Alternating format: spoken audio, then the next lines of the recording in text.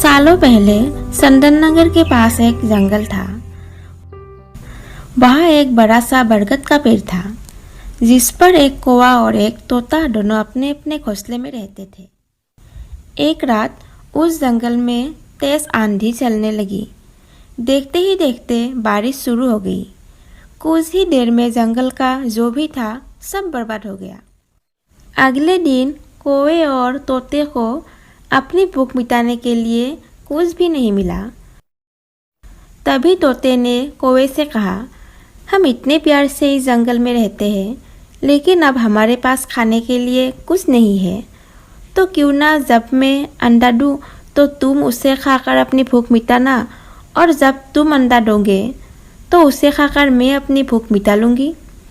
कौवे ने तोते की बात पर सहमति जताई।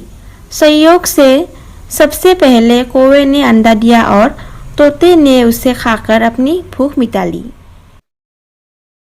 फिर तोते ने अंडा दिया। कौवा जैसे ही तोते का अंडा खाने लगा तो तोते ने उसे रोक दिया। तोते ने कहा, तुम्हारी सोच साफ नहीं है, तुम इससे धोकर आओ, फिर अंडा खाना। भागकर कौवा नदी के किनारे गया। उसने नदी से कहा, तुम मुझे पानी दो, मैं अपनी सोच धोकर तोते का अंडा खाऊंगा। नदी बोली, ठीक है, पानी के लिए तुम एक बर्तन लेकर आओ। अब कौवा जल्दी से कुम्हार के पास पहुंचा।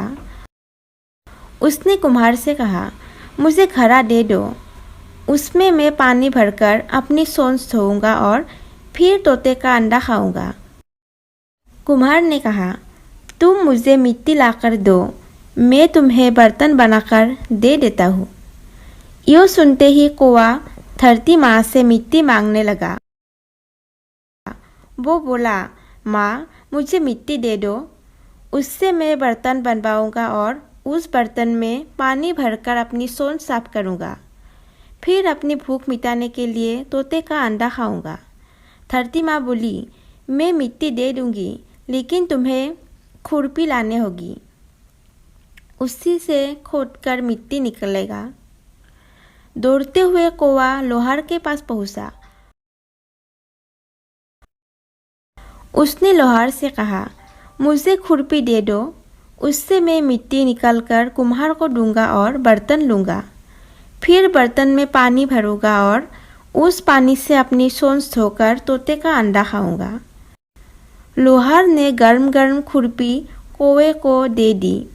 जैसे ही कौवे ने उसे पकड़ा, उसकी सोच जल गई और कौवा तड़पते हुए मर गया। इस तरह चतुराई से तोते ने अपने अंडे कौवे से बचा लिए। इस कहानी से हमें ये सीख मिलती है कि हमें दूसरों पर आंख बंद करके भरोसा नहीं करना चाहिए, इससे नुकसान खुद का ही होता है।